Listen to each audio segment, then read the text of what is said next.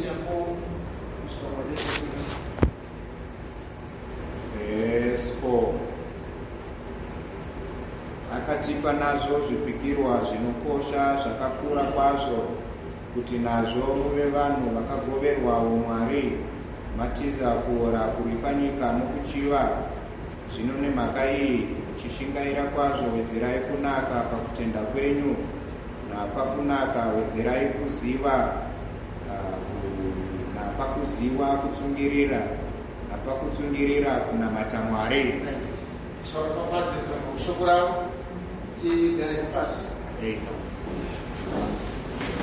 Tukurava zvekare mashoko atinoziva atakasirava, atakasiimba pamusoro pawo, atakasiparidzirwa, asi kwatiri hakuna nguva shoko raMwari rinova rekare, kana kuti rinova rasaruka, kana kuti rinova rabvuruva. Shoko raMwari kwatiri upenyu, shoko raMwari kwatiri ndo simba rekurarama. Saka shoko raMwari rine chekuita nenguva uye nechimiro chingavapo paupenyu hwedu. Patinorarama panyika ino, tinopfuudzwa nemunguva. Bhaibheri rinoti pane nguva yokuberekwa. Saka yakava nguva iyoyo yakasongana nesu, yatinokwanisa zvisina kahadziko kunongedzera pakarenda kuti zuva iri ndo randakaberekwa, ratinofanira vazhinji vedu tichiti birthday.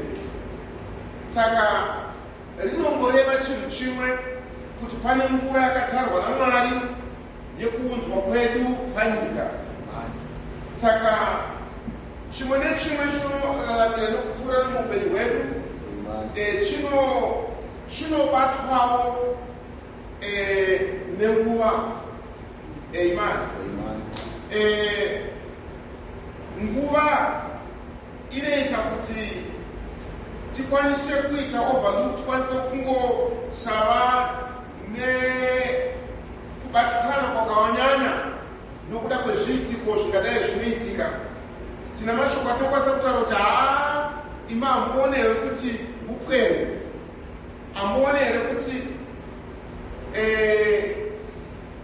hudiki, kureva kuti hudiki hunotaridza nguva yekuti pane zvinhu zvinokwanisa kuitika nekuti inguva. Vamwe tinosvika panguvazve yatokwanisa kuchiti mati zvinganzii, hamuone here kuti hai wamunhu mukuru vakura. Saka vanoregererwa vachiitawo zvimwe zvinhu zvisina kutongofanira, nekuti hapana zvamuchazviita nenge muine gutsikano yekuti kwava kukura. Saka nguva inotipfuudza nokutiendesa nemukutonga nekugamuchira kana kuramba zvimwe zvezvinhu. Saka nekuti tiri kuraramira mumutumbi iwoyo wenguva une chekuita nekuzvomira kwedu pamberi paMwari. Dhavhidhi unotaura pane nguva achiti, Jehovha, musarangarira zvivi zvouduku hwangu. Kureva kuti kana zvivi zvouduku zvaitwa, hazvinoti zvinongoperera muhudiki imomo, but zvine maeffects, zvine zvazvinoita makore mazhinji anouya. Ndozvakaita kana kuti kaenda kuchikoro, zvatinoita nekubata nekupfuura nemazviri tiri grade 1 zvine chekuitawo nesu kana tazowo mberi uko. Saka pane zvinofanira kuchenjererwa nokutarishwa pakufamba kwatinoita, tichiziva nokucherekedza kuti imbori nguvai. Chekera kuna Isaya kunotaurwa mashoko awa, nhandi murindi yava nguva iko yousiku. Ipfungwa iripo kuona nokucherekedza kuti yava nguwai. Saka kana taziva kuti yava nguwai, zvine zvazvinoita kuupenyu hwedu, zvine zvazvinoita kumaplans edu, zvine zvazvinoita kune zvatiri kuda kuti tiite. Saka nguva ine chekuita nesarudzo dzedu, ine chekuita nepfungwa dzedu. Saka tiri kurarama zvekare munguva ino yatiri mukati mayo. Profita wakaparidza pamusoro penguva ino yatinorarama, akataura pamusoro letting off the pressure, kuregedzerera zvinomanikidza. Saka nokuda kwenguva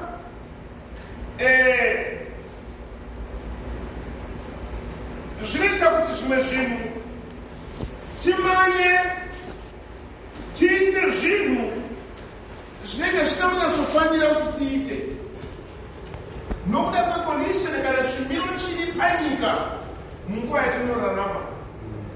Hatigone kuzviramba kuti zuva ratiri kurarama rine mutauriro waro, zuva ratiri kurarama rine mupfekero waro, zuva ratiri kurarama rine muitire waro unokonzereswa nenharaunda uye nezvinomanikidza kuti zvinhu zvive. Ndizvodii?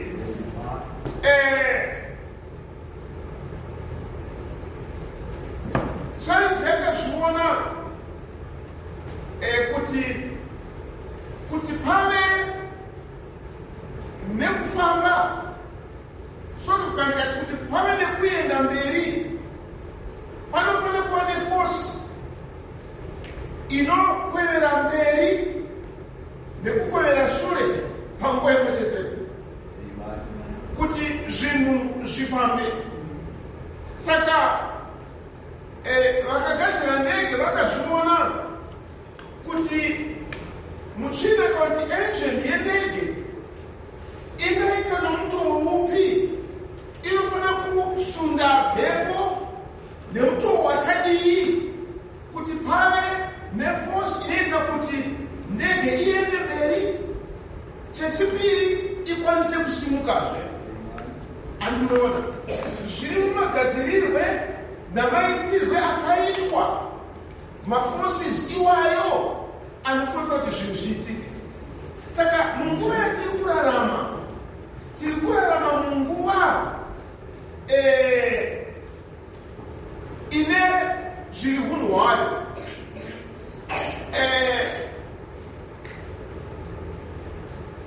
Hatisi kurarama mumakore a19,000.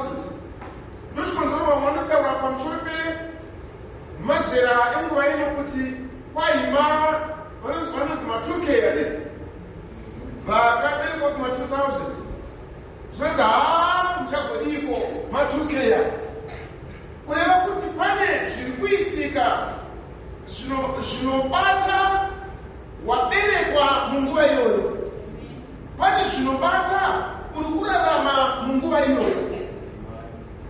Saka hazvisi zvose zvakanaka, hazvisi zvose zvinotibatsira mangwana kunyange tichirarama mukati mazvo.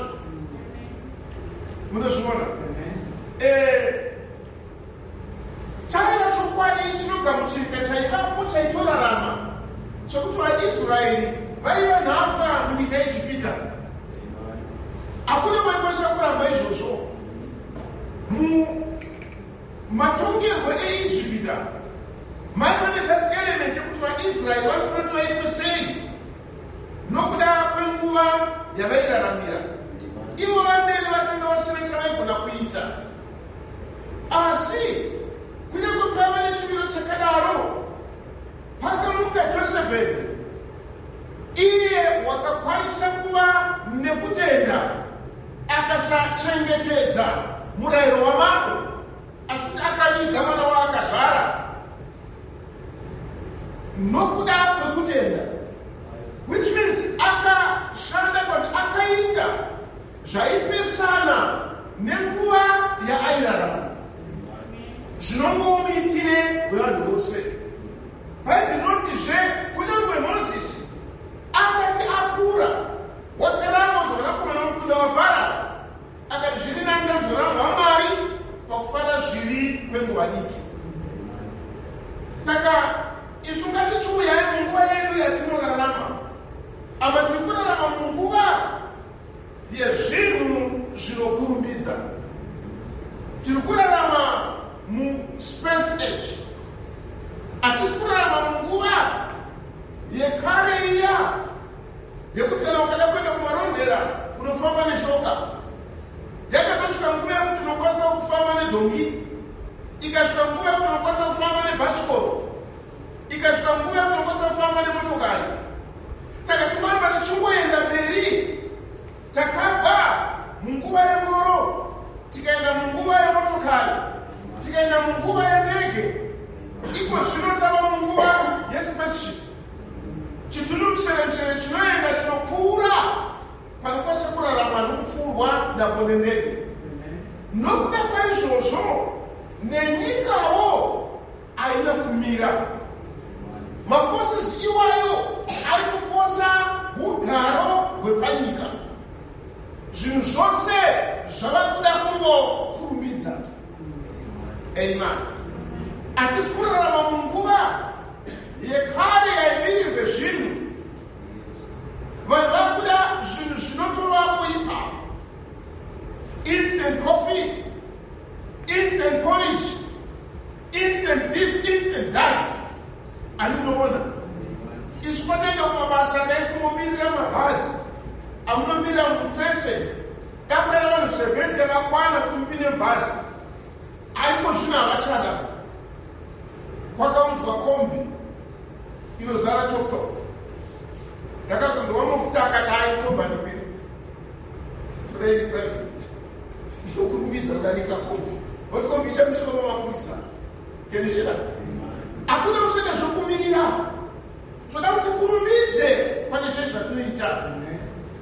Nemuraramiro nemupfungwa dzavanhu hadzisi zvadzaiveri pataiveriwo isisu vana vadiki. Ndokuti kuti inini ndakatanga kuenda kuchikoro, zuva randakatanga kuenda kuchikoro ndasingazive kuti o anonyorwa sei, ndasingazive kuti one anonyorwa sei. Pandakaenda kuchikoro, as you remember, teacher vakanditi enda unoudza mukoma wako akugadzirire zvimiti 10.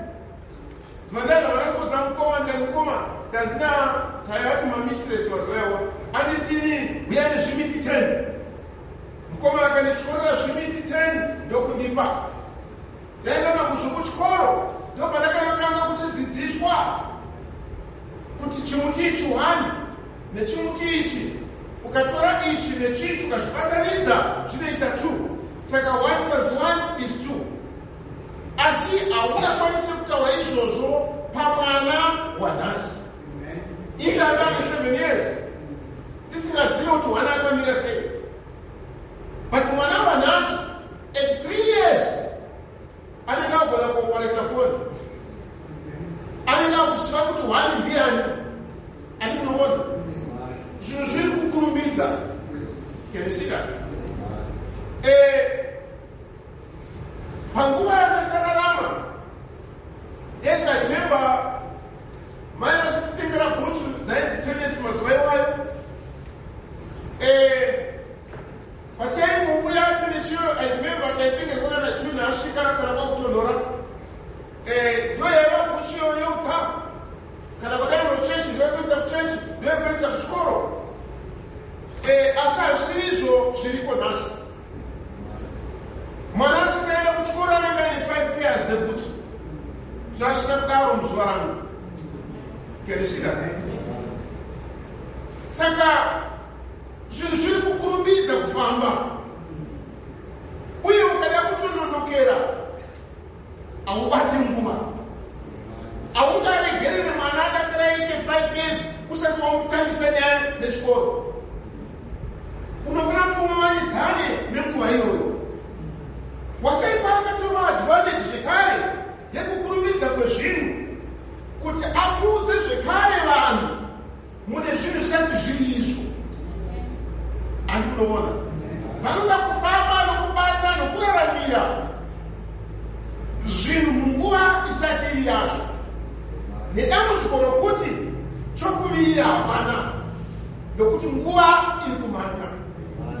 Saka munguva iyoyo toudzwa zvino neshoko raMwari kuti imimi masiya imimi nesimba raumai hwamai makapiwa zvinhu zvose zvinodiwa paupenyu napakunamata. Ndizvo nini? Nesimba raumai hwamai uye nokuda kwezvipikirwa zvikuru zvinokosha nazvo makaikoragoverani veumwari hwamwari. Saka chinobata zvino mune ivavo vakadaro naMwari ndechekuti Mwari wakatipa zvipikirwa. You get the point? Now, kana takutaura pamusoro pezvipikirwa zvaMwari hatisi chinhu chiripo musi iwoyo, chinhu chiri mberi. Andinoona Abraham Mwari vakamuudza ndichakupa vana iwe vakaita senyeredzi dzekudenga. Akararama 25 good years asati ava nemwana wokutanga wacho kuti pazova nevanoita senyeredzi dzekudenga. Nemhaka yei Mwari vaida kuumba upenyu hwaAbrahama pachimiro chokutenda, kuti aruramiswe nekutenda, kuti isu vana vake kana touya tive vanobatwa nesimba iroro rokutenda. Rive ndiro chibatiso cheupenyu hwedu. Saka kutenda pane zvakunoita kana kwava muda iye wakapiwa vimbiso. Kwai zvipikirwa izvozvo zvinotipa simba roumwari hwaMwari, the divine nature yaMwari, kuti tive vakaita saMwari mune matongeri nokuraramira kwedu. Tisava vanhu vanongopushwa nechimiro chiri nguva, nechimiro chiri zviri kungoitika. Because some of the things zvatinoitaga hatizviiti with the true understanding nekuti tinombozviitirei, nokuti ndo zviri kungoitwa. Andinoona nokuti ndo mapfekero ari kungoitwa, nekuti ndo mataurirwo ari kungoitwa. Without a second thought tinenge tapinda pakuita zvinhu nokuda kwokuti ndo the common trend, ndo nyaya iri kungoitika panguva iyoyo. Asi Bhaibheri panoriri kuti nekuda kwezvipikirwa, zvipikirwa hatisi chinhu chiripo ndechinhu chiri mberi. Nekuda kwesimba reuchipikirwa ichocho zvinoisa matiri umwari hwaMwari neupenyu hwoumwari. Izvozvo zvotipa kutiza kuora kuri panyika. Andinoona saka pane kuora kuri kuraramira, pane kuora mukunamata, pane kuora mumararamire, pane kuora kunongovapo kunoita kuti vanhu vanongova nhapwa, vanongobatwa muzvinhu izvozvo. But Mwari neshoko nechipikirwa wakatipa munhu unokwanisa kudzosa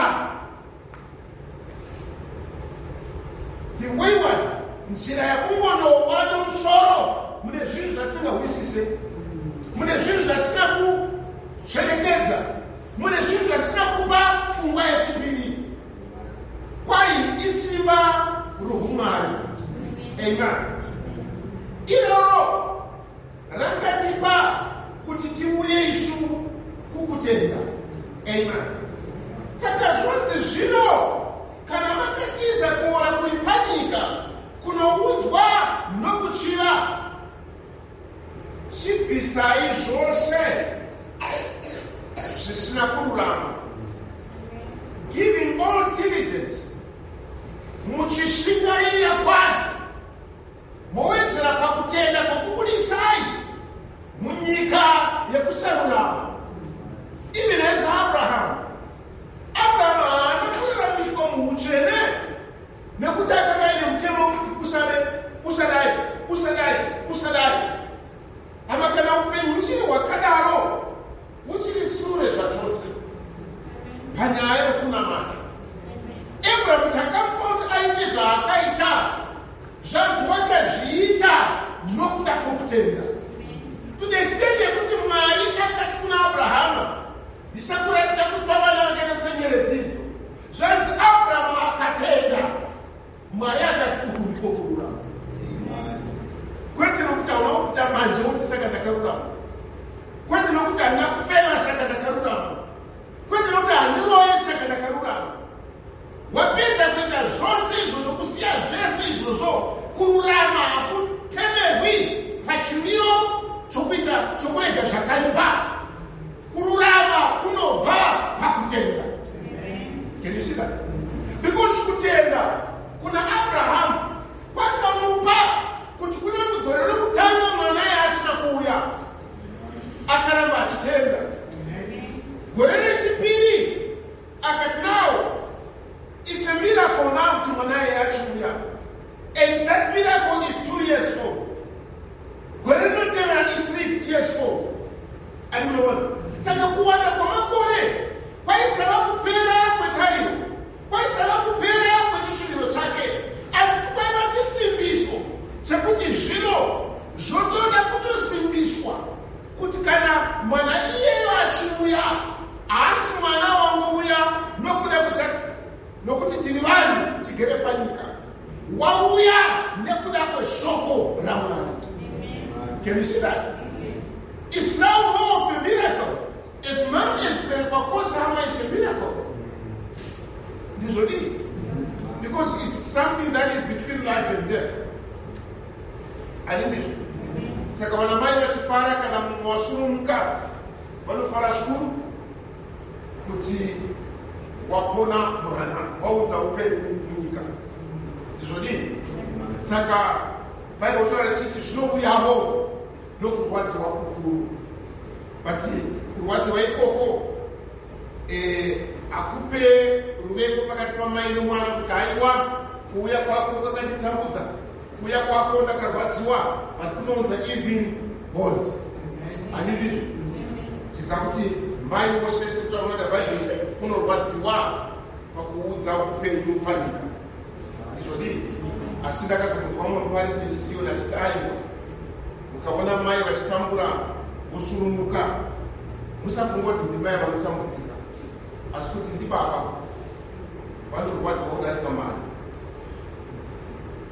Mazvinogona mai baba ndivanenge vachitorwadziwa zvikuru kudarika mai, kuti vanenge vachifunga kuti zvino mwana waaridza akafa zvinosaita sei.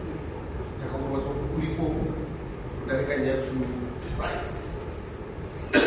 Saka happy Father's Day, right? Okay. Saka zvinoudza that bond. Saka kutenda, that's the mystery. Saka Bible pane chakavanzika chokutenda. Chakavanzika chokutenda isimba rinokukwevera nokunokubatanidza kune zviri upenyu hwaMwari. Because Mwari is in no hurry. Hakuna pari kumhanyira Mwari. Shoko rake zvanzi rakataurwa, kana rataurwa, ama hazvidei zvinoitika kana zvinouya, shoko raMwari rinogara. Now, saka tiri munyika ine all this tumult, ine zvese zviri kungomanyisa mwana vanhu vachizviita, but Mwari wakatipa kuuya kukutenda.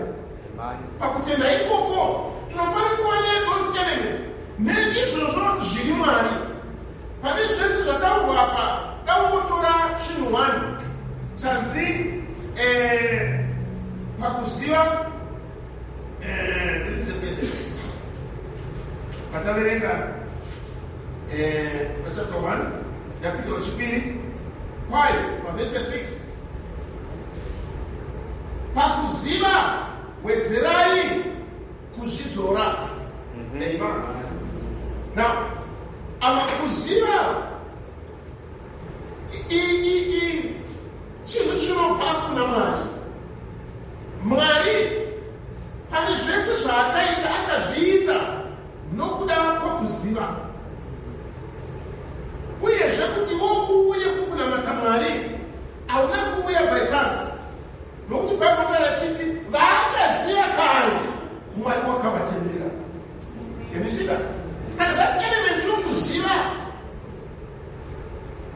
haana kuita zvokufungidzira kuti iwewe uchatenda.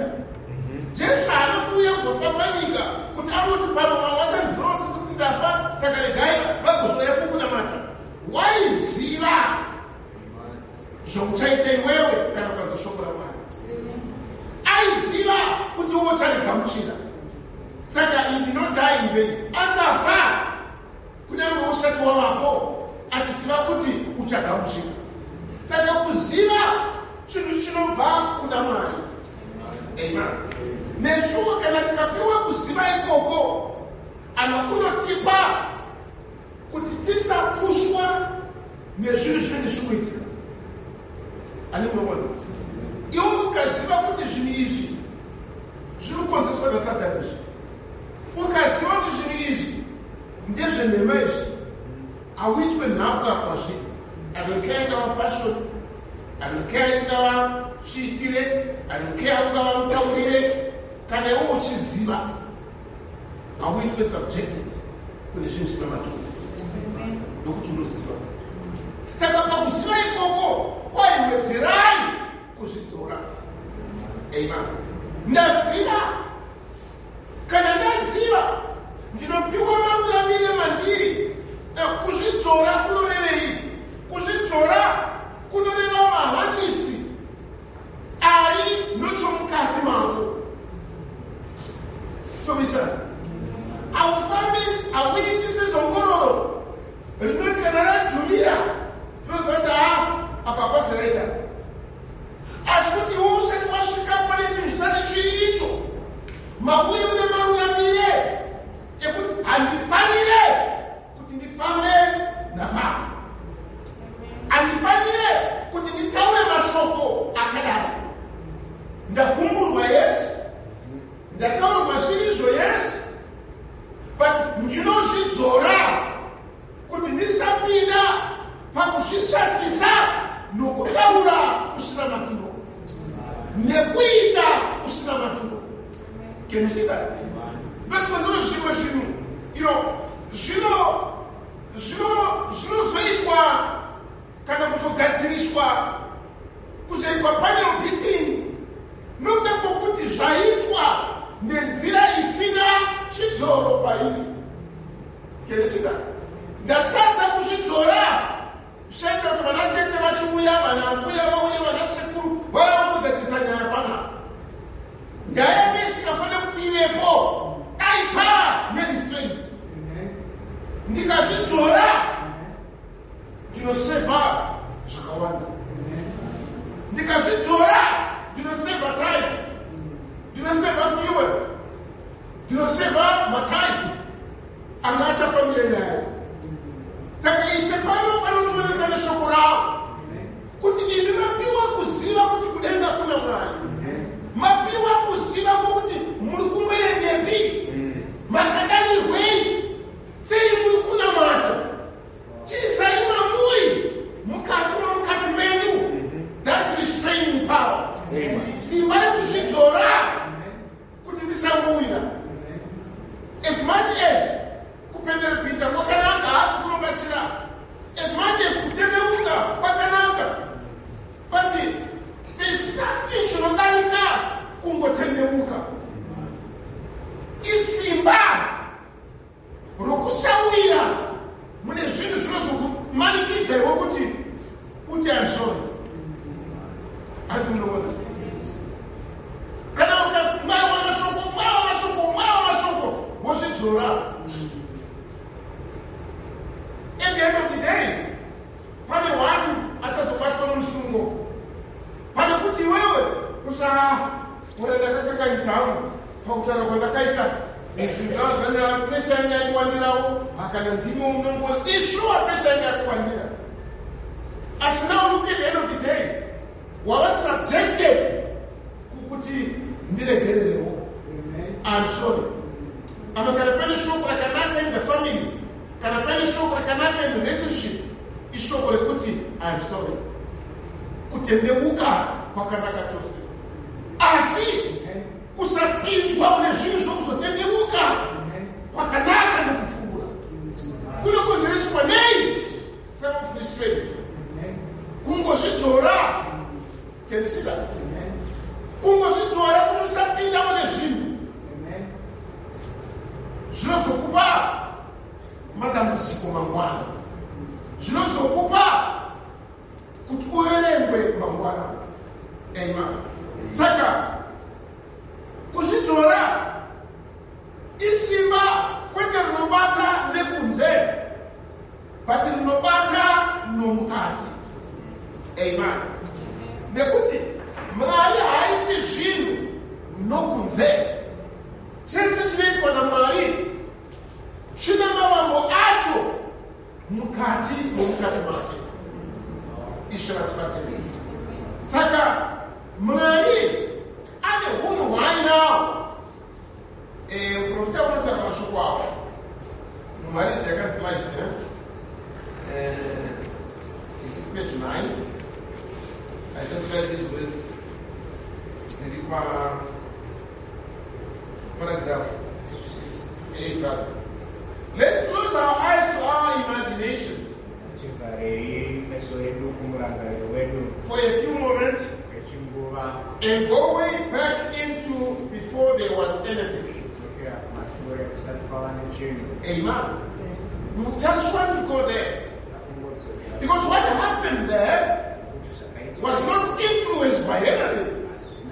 Because there wasn't anything to influence. Can you see that? And because of that, God cannot be moved to do things that are not in the beginning. Because what he did in the beginning was not caused by something. It was himself. Amen. Akusukadza kwangu zvakaita kuti Mwari ave netsitsi. Asi zvinhu zvangu zvakaita kuti Mwari ave muponesi. Ndisati ndava mutadzi iye waiva muponesi. Ndisati ndava muzviri iye waiva musuku wezvakaipa. It was in him. Amen. He never borrowed it from anywhere. So let's just go back there. Before there was anything to influence.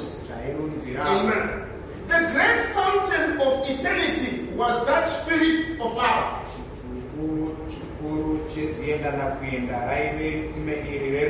Joy. The spirit of honesty. Amen. In this perfection, that spirit was in that perfection. Before there was anything, there was perfection in God. Not by comparison, but by essence. Can you see that? It was not something that influenced him. Amen. Neither can he be drawn to you by anything. Kuti akuponese, kuti akuunze kwaari, apana chawamuita iwe. Kunyange chinhu chako chaicho chinomuita kuti iye azoponesa. But wode kuponesa nekuda kwaizviri iye pachazvake. Atinoona. Saka hakuna chinhu chinomanikidza, hakuna chinhu chinoshungaidza Mwari kuti aite zvaanoita towisana. That's why ari Mwari. Amen. Kana akaponesa munhu akafeva for 20 years. Nekuponesa munhu asina kumboita chivi, asina kumbothatha, asina difference kuna Mwari izvozvo. Because Mwari haasi kukonzereswa kumuponesa nokuda kwezvakaipa zvako, kana kuti nokuda kwokunaka kwako. Nobody can just stand up and say, "Ini ndinonamata Mwari, handina kumwadoro, handina kumutafuta, handina kuita zvakadai, saka I'm better than this one, I'm better than that one." Never. Munhu akafeva akadhakwa akachita mbanje, kunowa mutsvene kudarika asina kumbopinda muzvinhu izvozvo. Kana Mwari wamukweva, you get the point? Nokuti ndiMwari. Ani munoona? Hatisi zvinoita kuti Mwari ave Mwari. Mwari ndi Mwari nokuti ndi Mwari. Atinoona. Saka nyasha. I don't care wararama upenyu kuchene wakasvika pake. Kana Mwari akaratidza nyasha dzake kwauri kuti uuye kukumunamata. Unenge uchingochema misodzi nekuti Mwari makanaka. Azvineona mutafodya. Azvineona mumadoro. But ukanoswededzwa munharaunda dzeuzere hwenyasha dzaMwari. Zvinokupa imwe stance. Zvinokupa mamwe maonero. Zvinokupa mamwe manamatire. Can you see that? Nekuti tiri kukweva. Akusi kunaka kweupenyu kana kuipa kweupenyu hwawakararama. Uri kukweviwa nezvinewa pana kuti let's just go back there. Amen. Before there was anything. Hallelujah. Can you see that? Before there was anything. Pasal pane fodya. Pasal pane ufere. Pasal pane kuba. Ngatende ikoko. Sino ubona zvimari musimba iworo. Amen. Ishe vatibatsire. Amen. Now, and then out of the existence of the Father went out the Logos, which is the Son. That was a theophany, which was the body of that great Jehovah God. It went forth in a celestial body. That's the Logos. The word spoke out of them great fountains of life. And went forth. And there was the theophany, which was God made into flesh. Then that great theophany was made flesh in the person Christ Jesus. Then all the fullness of the Trinity dwelt in him. Both the Father, the Son, the Holy Spirit, all in that. And that's the way we go. Back to the original beginning of God. There we are born again. Not of flesh, born again. Not of blood, but born again by the Spirit. And in that eternal Spirit of love and honesty comes down to make its place in us. So it's not anything outside of us, but it comes to make its abode in us. So the driving power now is not outside, but it's dwelling in us. That's why the scripture says, in the fullness of time, God gave us His Son, born of a woman. Amen. And then, when we come to Him, He gives us the Spirit of His Son, which cries in us, Abba, Father. Shirimatiri. Amen. Amen. Amen. Second, why I'm saying this? Kujitora atisim chirikunze. Atisim chinongo atiziso. Atisim chinongo akumoraiwa. Chinu chinobumbwa musimba rezienda na kuyenda. Mauri moa na maruramire ekuchidzora. Why is swing? Sei uchichidzora. Nekuda kuti chiri mauri chino influencwa. Chinopiwa moto wacho chinopiwa upenyu hwacho naiye uripo kubva pamavango anova ndiye Mwari. Amen. Ndizvodii? Saka Mwari ndiye wakuita zvinhu muupenyu hwako. Saka Mwari anongoita zvinhu nomutoo upi? Atone Mapisarema 106. Mapisarema 106. Mapisarema 106. Ngatiravei verse 7. Verse 7. Madzibaba edu haana kunzwisisa zvishamiso zvenyu paIjipita, haana kurangarira ngoni dzenyu zhinji, asi vakakumukirai pagungwa, ipo pagungwa dzvuku. Kunyange zvakadaro wakavaponesa nokuda kwezita rake, kuti azivise simba rake guru. Wakarayirawo gungwa dzvuku rikapwa, akavafambisa pakadzika sapanenge pabani. Thank you. Now, Mwari unoyambutsa vaIsraeri, unovabvisa munhapa. Hatimunoona vanga vari munhapa for ages. Pavakaburiswa muya, they just felt that wind of change and freedom. Kuti tasunungurwa, taiva varanda. Asi avanokwanisa kuraramira munyaya yekuti Mwari wavadzikirira. Hatimunoona. Then vakamukira Mwari. Zvonzi zvino, saka Mwari wakavaponesa. Kunyange vasina kunzwisisa, kunyange vasina kuzvigamuchira, kunyange vasina kuda kuraramira mazviri, but pane chakaitwa naMwari, kwai nokuda kwezita rake wakavaponesa. Amen.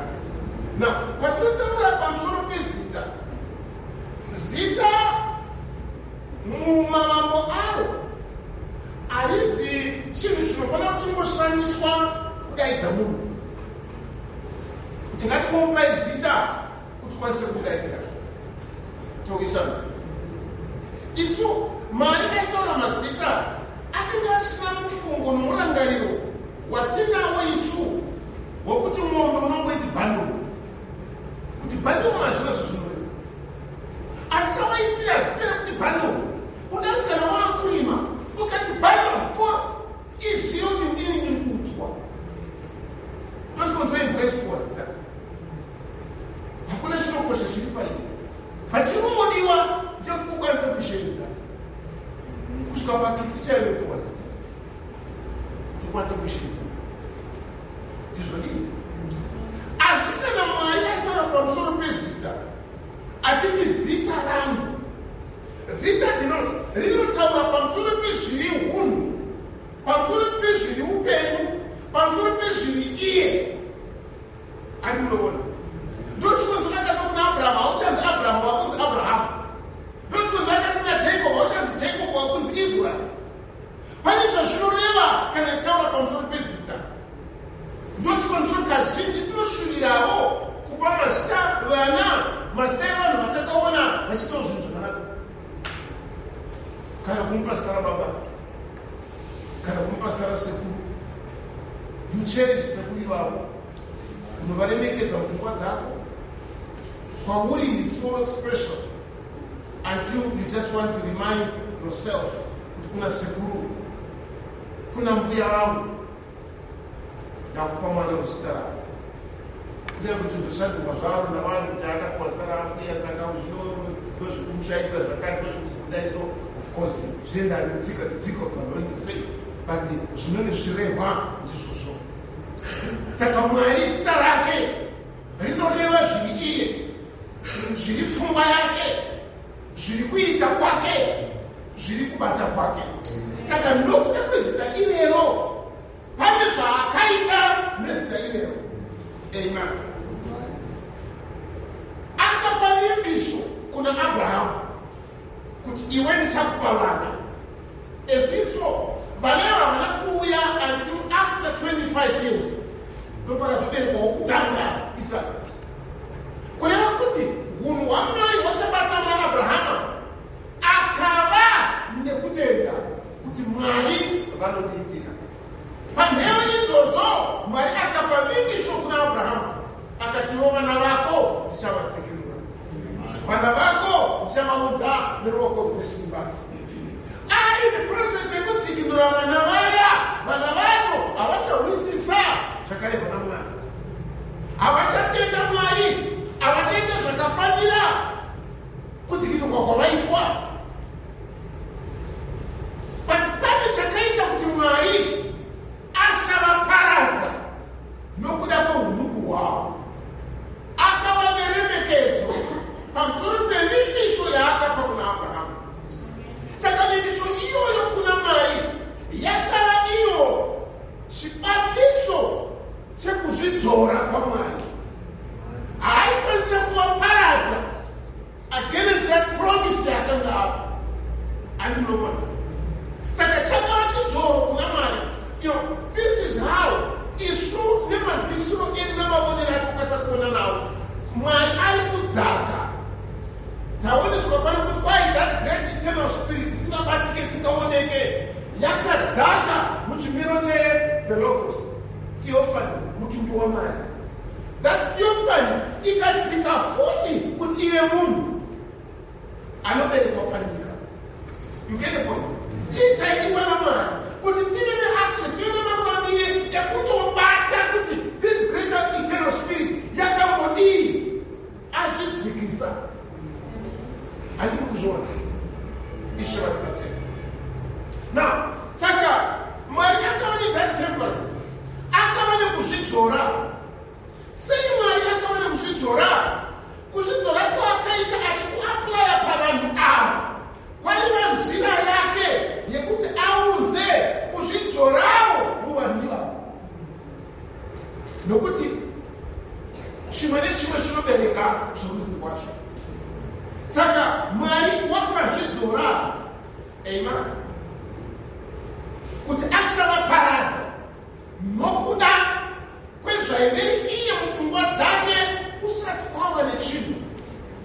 Pataringa pepa, before there was anything, Mwari akakuda iwe, Mwari akakudzwira nyasha, Mwari akakuremekedza kusati kwava nechinhu. Ndizvo lini? Amen. Saka Mwari ndokwaanodrowa. It's like an account. Unonodrowa muaccount yako. Kana mine $50 ndoyogayo unokwanisa kuidrowa. Haukwanisi kunyora cheke $1,000 muaccount mine $50. Saka Mwari anotora kubva pauzhinji noudzamu hwezviri iye kuti achiaplaya napo. Saka akakuitira nyasha iwe, akazvidzora. Amen. Ndochikonzero rwarinoti pana vaEfeso chapter 2.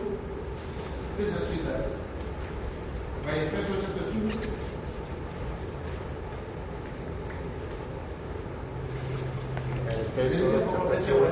Verse 1.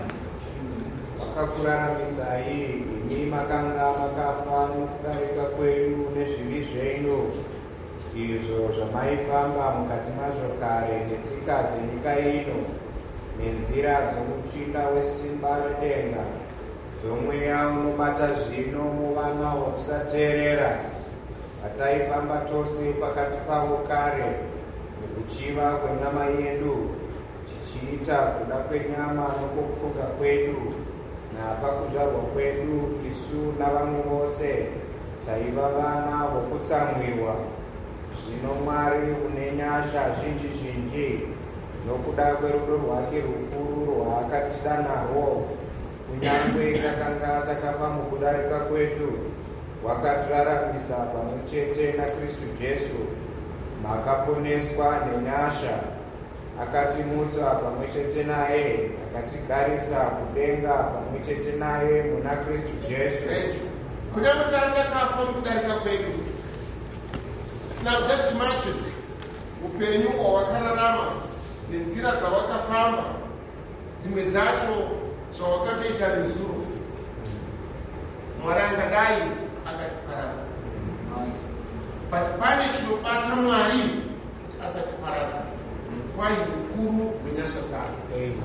dzakaita kuti nekuti watadza asi zvaiva maari nyika isati yavava. Saka kune kuti atakafa mukudarika kwedu akandotiraramisa-zve, kwete kungotiraramisa asi kuti akatigarisa munzvimbo dzomuchadenga muna Kristu Jesu. Saka chii chakaita Mwari kuti adaro?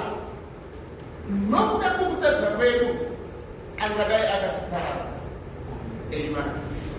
Asi nokuda kwokuzvidzora kwake, kerizida haana kuda kuva muparadzi asi akada kuva muponesi. Andinoona ndonyasha dzaMwari. That's how he restrained himself. Ndo mazvidzororo akaita. Sive chinhu ichi. Kana mukaona ambulenzi pio pio pio pio pio pio, kana mukaona hospitali kana kiriniki, kana mukapfuura nepasemetiri pakavigwa vanhu, zivai chinhu ichi kuti Eva mukadzi muEden akanyengerwa akapfuma pinda pane chakaipa. Ndo zvakakonzeresa every death iri panyika pano.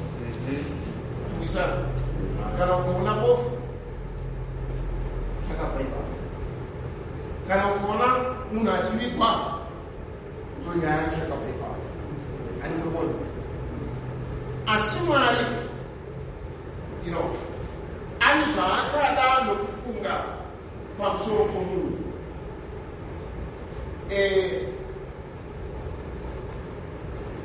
Chero unorarama panyika came through a woman.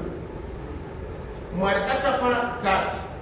Just imagine, kubva pamuunzi werufu Mwari akamuita muunzi weupenyu, kusvika pamwanakomana wake unonzi wakaberekwa nomukadzi. Can you see that? Zvakabvepi? Zvakabva pauzhinji hwenyasha dzaMwari. Kuisana pane zvaiveri Mwari maari ndechekare, kunyangwe mukadzi wakapfuura nenzira iyi, but she was made muunzi weupenyu. Kuzvidzora kwaMwari kunobereka zvakanaka zvinounza kupfuurira mberi kwechakanaka. That's one thing hama muupenyu hwako, kuzvidzora hakufi kwakabereka chakaipa, kunobereka chakanaka. Tinokisana. Saka Paul achiti pakuziva kwenu, Peter rati pakuziva kwenu wedzerai kuzvidzora. Amen. Galatia chapter 3, let's talk about this. Galatia chapter 3. Galatia chapter 3. Can you start from verse 6? Verse 6.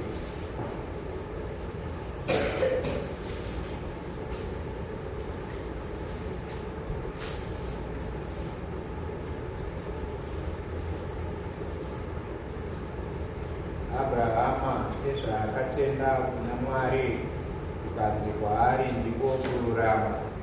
Naizvozvo zivai kuti vokutenda ndivo vana vaAbrahama norugwaro, sezvavakaziva zviri mberi kuti Mwari ucharuramisa vaHedheni nokutenda. Hwakaparidza ivhangeri kare kuna Abrahama ruchiti, mauri marudzi ose acharopafadzwa.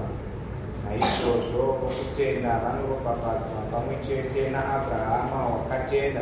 Amen. We've pana vaEfeso, Paul achiti kunyange takafa mukudarika kwedu, takafamba nekuora kwenyika savari vokutsamwirwa, asi Mwari ane nyasha zhinji haana kutiparadza.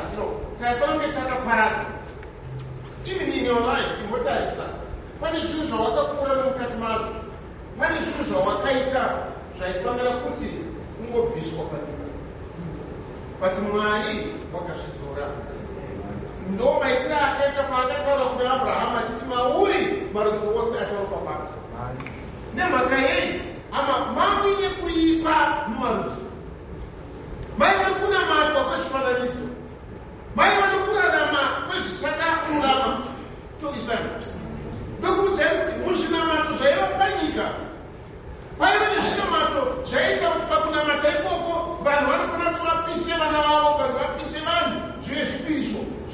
vari kunamata Mwari. Tovisana mai vanokunamata kune corruption kwokuti zvakashata zvaiitwa as an act yekunamata. Tovisana all those things were there, but Mwari akaisa zvino Abrahama shoko revimbiso kuti mauri wewe all these nations vari kuita zvavari kuita izvi vacharopafadzwa, mauri vachawana ruponeso. Saka instead yekuti Mwari aparadza all those people of the sin, wakazvidzora nokuda kwevimbiso yaakapa kuna Abrahamu. Dakarani ishuva hedeni tasingazivi Mwari nasosimudza mavoko tichiti Mwari kutwara. Mwari wakazvidzora. Ishe vatibatsire. Ndokuzvidzora kwakava kuna Joseph. Amen. Kunyange akavengwa, he did not blow up. Kunyange akatirwa zvakaipa mukadzi waPotifa paya, he did not blow up. Kunyange vakoma vake vaiita zvavaikuitira, he still loved them, he never blow up. Nemhaka yei wakakwanisa kuzvidzora Mwari. Kuzvidzora kwaJoseph kwakaita kuti akwanise kuzobatsira hama dzake mangwana muzuva rerufu. Kwaita kuti akwanise kuzobatsira nyika yose mumakore 7 enzara. Nemhaka yei pakava nekuzvidzora. Kuzvidzora hakusi kurashikirwa. David akatukwa naShimei akakushirwa mavhu achitukwa achidzipa murai ipa Mwari akukutsivira zvino ipa wakapira mumwe ushe hwake. Joabhu akafomora munondo akati mbwa yakafa ikatika mambo wangu here. David akati twesina munondo wako, Mwari amurayira kuri enda unotuka David. That's the power of restraint. Amen. The same muGetsemani, Peter akafomora munondo wake akati azviitwe zvinhu wangu aitwe zvaari kuita, akarova zheve mumwe ikadimbuka yakawira pasi. Ishe akati twesina munondo wako muhara wavo. Akanonga zhiveiya akatisira patugara. That's restraint. Tovisana izvozvo hazvikwanisike nokuti wanzi valecture yereframe. Hazvikwanisike nokuti waverenga pamusoro pekuzvidzora. Zvinoitika kana mweya wokuzvidzora wava pamunhu. Watinokurudzirwa nemharidzo yose nedzidziso yose kuti tiuye kuna Mwari mupuwe zvipo zvakanaka kuti atipe kuzvidzora kwakafanira. Amen. Amen. Now, saka zvinotora kuzvidzora kuti tisawira mune zvinhu zvinogona kutiparadza. Ngatidzidze Paul achitaura kuna Vakorino wekutanga chapter 9. Vakorino wekutanga chapter 9.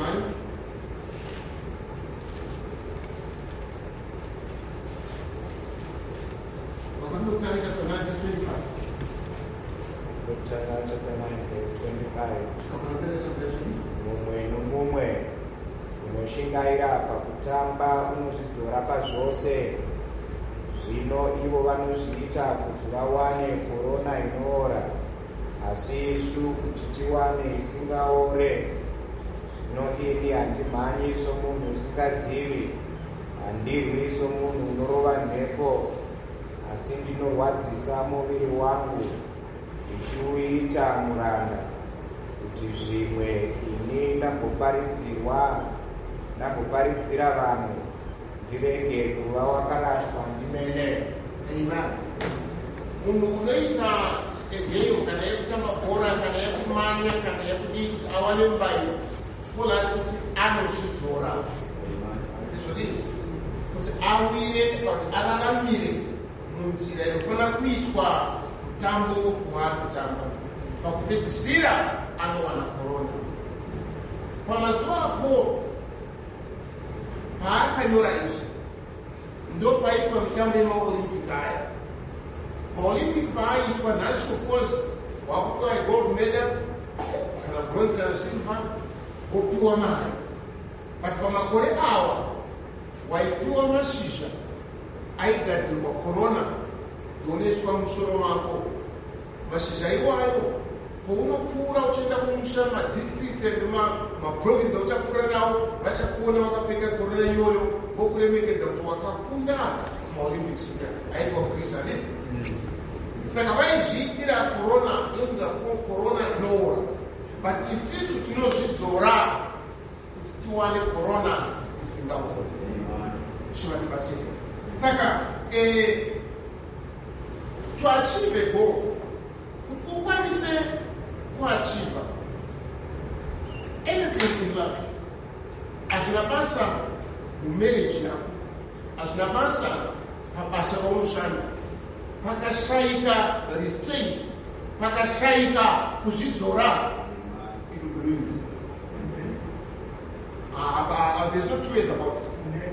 Zvinotofa asi zvinotora semunhu ari kuvavarira korona pave nehunhu hunozvidzora zvichida gwisiso haisati yasvika kuno mumwe zvichida kuona hakusati kwasvika kuno mumwe saka tikatonga nyaya musiwo ipapo sezvayakaita hakuna chinorara all condemnation asi mwari wakadzara nekuisa matiri hunhu hunofanira kuzvidzora ihwohwo hunobereka umwari hwamwari.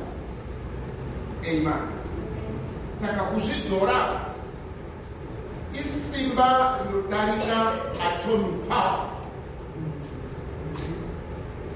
Novisha isimba rinodarika muziva pane science zvayakaona muhydraulics mumafuta iwaya nemweya zvinokushanda paya imba inokwanisa kusimudzwa kwenda mudenga leso nesimba iro. We have this atomic power ine simba asi kuzvidzora kwako iwewe mukati mako zvinodarika simba iro. Tukishanda simba iro tinoona in the natural but kuzvidzora mauri isimba riri mu spiritual realm rine ma-effects and nezvarinoita mune zvinhu zvinongova panyika pano. Wokunda zvakarurama wokunda zvivi nekuti washandisa mauri simba rekuzvidzora. Rugwari tudii pamusoro paro. Rugwari tudii pamusoro paro. Let's see kuna Proverbs. Zvirevo chapter 16.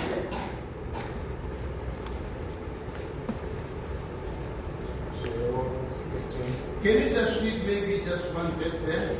Verse 32. Uno moyo murefu unopfuura une simba, unodzora mweya wake unopfuura unotapamusha. Amen.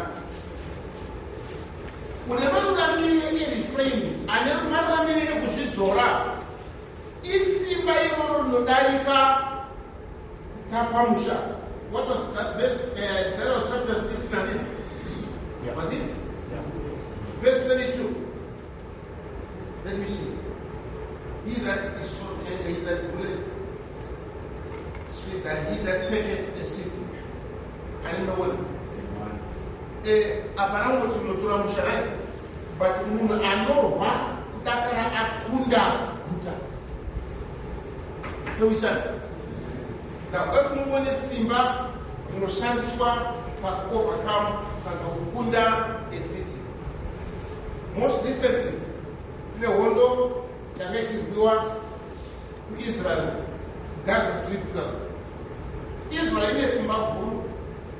In a mouth to an image, Nama Parane, Jomo Jodo, Simba. Paris, you know, Gaza City, yakaitwa dogo. So tushetora mabilioni tiva kwepakari. Saka, for these past 2 years, Israel ichirwisa kuti itore kuti ikunde Gaza City.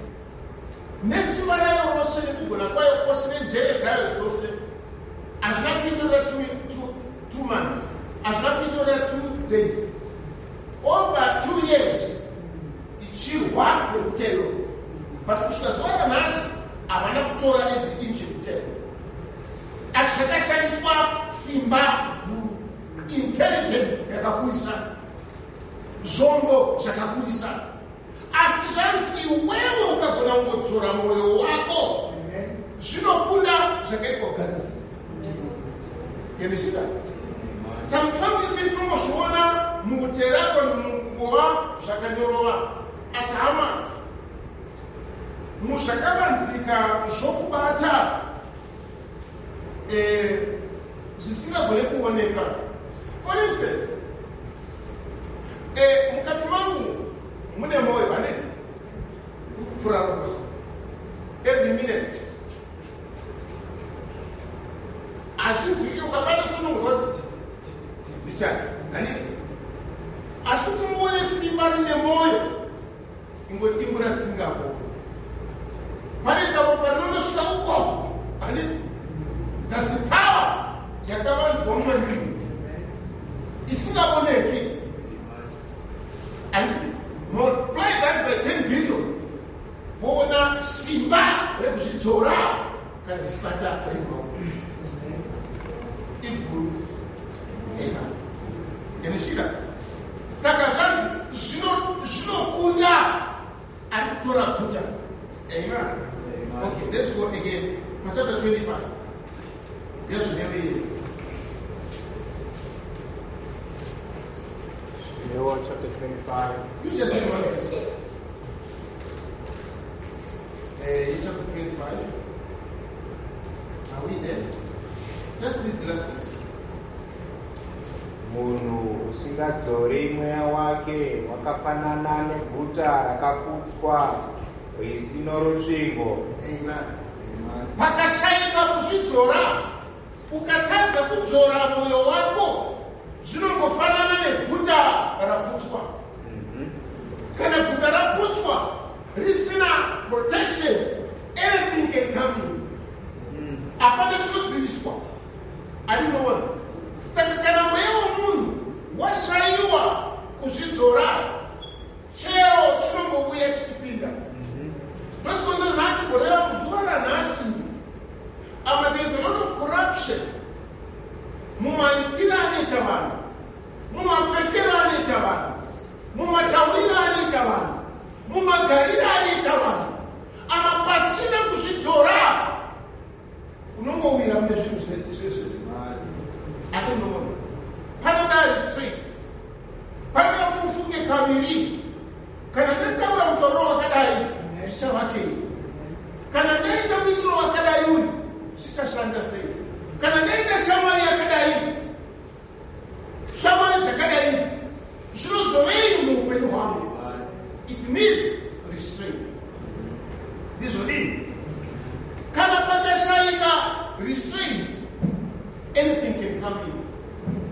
Chero chinongouya can take you. And no one. Anything. Chero mavideo, chero mama, munati mayo, zvinongooneka, zvinongotaurika. It can take you. Apana chinotadza kupfuura nepauri. And no one. Because pauri pane pasina munhu wokuzvidzora. Unova une simba, unopfuura kukunda guta. Amen. Praise be to God. Amen. Romans chapter 6. Let's just come to closing. Romans chapter 6, verse 12.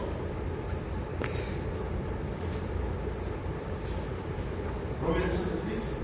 Naizvozvo zvivi ngazvirege kubata ushe mumuviri wenyu unofa, kuti muteerere kuchiva kwawo, uye musapa zvivi mitezo yenyu kuti dzive nhumbi dzokuita zvisakarurama, asi muzvipei imi kuna Mwari savanhu vakararama kuvakafa, nemitezo yenyu kuti dzive nhumbi dzokururama kuna Mwari.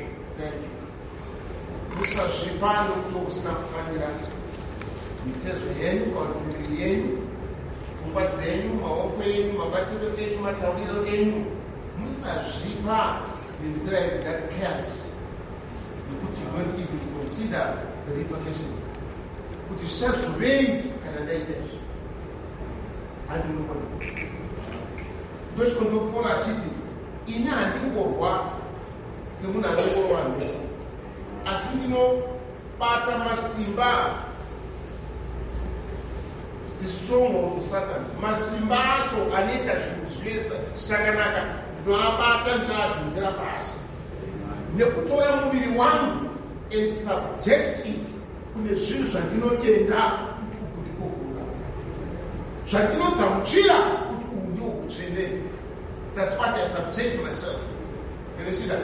If I'm that principle, can I take a principle? Pakusauti, Chakarura, Mira, Chakanakila, moving one, Chakanakila, open one, Chulomavachini.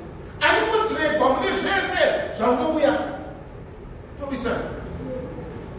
I don't go and machine. No, but the part consideration, you put in into no I don't know what. Yes.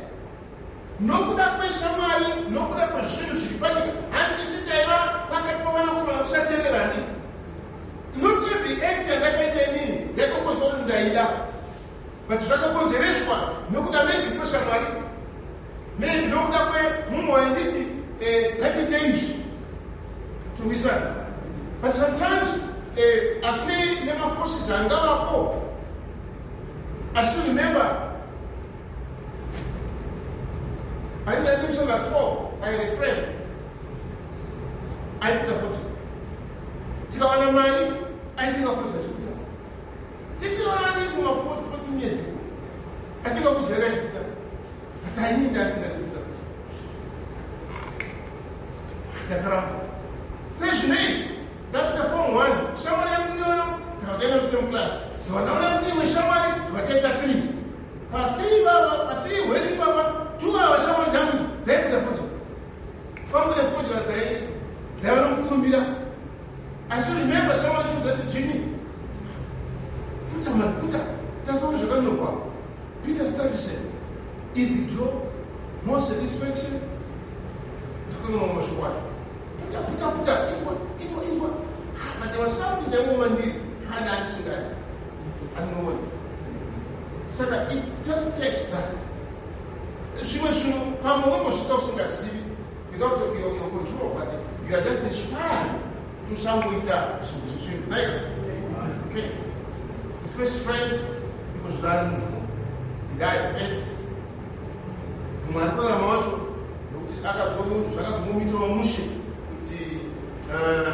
Kwanima Isharafi is living with AIDS. Sakadojo Shuleta. Ukashitora, sometimes. Unajenga future. Really distracted. To be said. Ushijora, unakuta kutenda. To be said. Funga mwana, funga shazwe. Yes, someone down to get the budget. Someone down to get it in girlfriend. That it is get it sure. It's pressure. So now that we are living under pressure. But what you need in life is that power of restraint. Jitore. Sivachinishi. Kune mangwana.